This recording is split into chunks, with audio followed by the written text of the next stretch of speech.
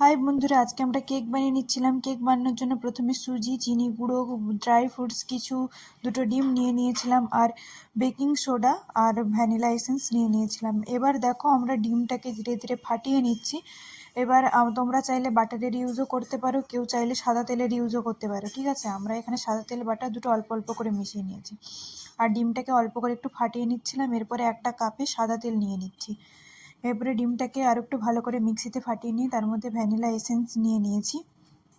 Vanilla এসেন্সটা দিয়ে আবার আরেকটু করে মিশিয়ে তার মধ্যে চিনি গুঁড়ো অল্প অল্প করে কিন্তু দিতে হবে, পুরোটা একসাথে দিলে হবে না।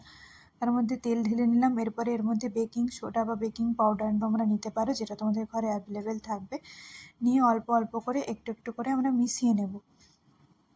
ঠিক আছে, এটা মিশিয়ে নেওয়ার পর আমরা ধীরে ধীরে করে এর মধ্যে অল্প করে একটু অল্প করে আমরা নিয়ে নিয়েছিলাম একটু আমুল দুধ, ভালো করে যাতে মিশ্রণটা হয়ে যায়। এরপরে যে চিনি গুঁড়োটা রেখেছিলাম সেই চিনি গুঁড়োটাও ধীরে ধীরে করে আমরা দিয়ে দিয়েছিলাম।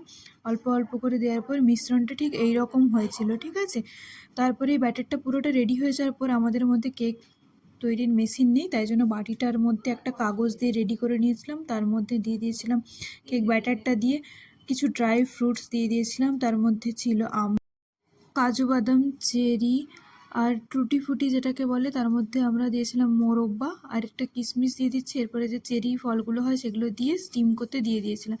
এরপর আমাদের কেক রেডি হয়ে গেছিলো। দেখো আমাদের কেকটা এত সুন্দর হয়েছিল, ফুলে ফেপে উঠেছে। কেকটা খেতেও কিন্তু খুব টেস্টি হয়েছিল। তোমরাও চাইলে ঘরে এরকম কেক বানাতেই পারো।